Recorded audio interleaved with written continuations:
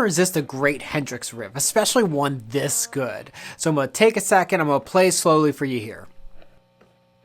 3 and 4 and 1 and 2 and 3 and 4 and 1 and 2 and 3 and 4 and 1 and 2 and 3 and 4 and 1 and 2 and 3 and 4 and 1 and 2 and 3 and 4 and 1 and 2 and 3 and 4 and 1 and 2 and 3 and 4 and 1 and 2 and 3 and 4 and 1 and 2 and a 3 and 4 and 1 and 2 and 3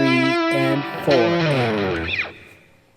3 and 4 and 1 and 2 and 3 and 4 and 1 and 2 and 3 and 4 and 1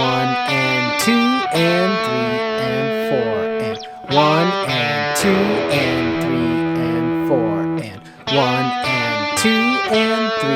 and 4 and 1 and 2 and 3 and 4 and 1 and 2 and 3 and 4 and 1 and 2 and 3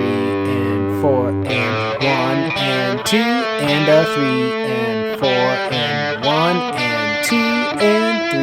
and 4 and... Hopefully you got some new moves down today in your playing, and be sure to comment about what other riffs you'd like covered.